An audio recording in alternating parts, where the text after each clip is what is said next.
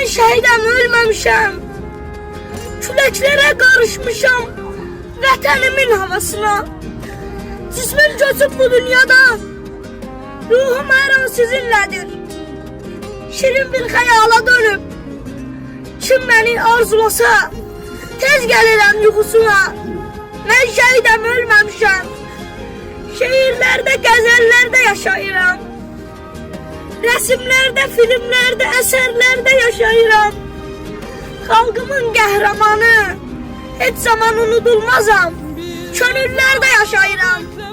Ben şehidem, ölmemişim.